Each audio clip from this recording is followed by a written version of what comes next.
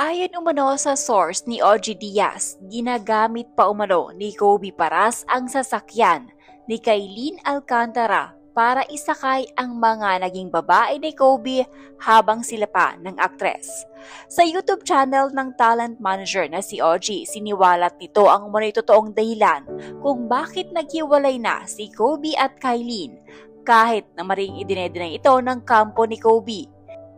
Base sa impormasyon ni OG, sinabi umano sa kanya ng source na nalaman ni Kailin Alcantara na nagdadala ng babae sa private room si Kobe sa bar na kung saan ay tila isa ang basketball player sa nagmamay-ari.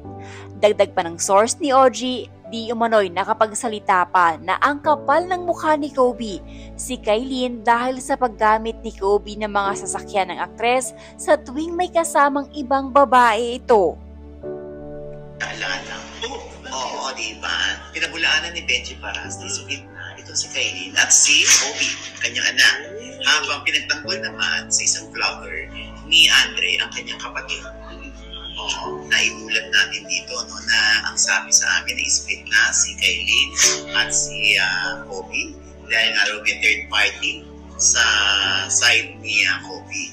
Okay, meron po kami nakuha ang impormasyon at maaaring itong pabulaanan ni Kobe at ni Kailin kung gusto nila na totoo na split na sila dahil kung sila pa rin daw, di dapat daw nag-announce sila na sila pa. Dapat daw may picture sila together. Wala daw. Anong dahilan daw? Ayun ang nga, nakakaloka.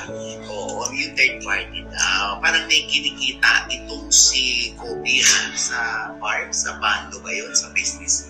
Bando ang pangalan. Yun. Tapos, parang nakarating yata yun kay Kailin. Tapos, na-prove ni Kailin daw na totoo may babae itong si Kobe. Oo, yun.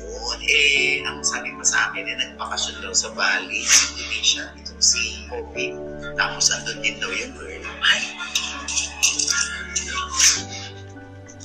Dahil kung paniniwalaan ang nagchika sa atin, ang sabi nito, spotted sa airport papuntang Bali, Indonesia si Kobe with a girl na hindi girlfriend ng mga kaibigan niya. So, sino ang kasama ni Kobe kung totoo man?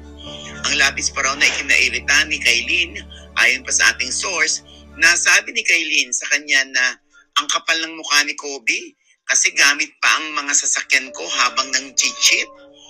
Nakarating na rin daw sa kalaman ni Kailin na nagdadala sa private room sa bando bar ng mga babae itong si Kobe. Kaya galit na galit daw itong si Kailin.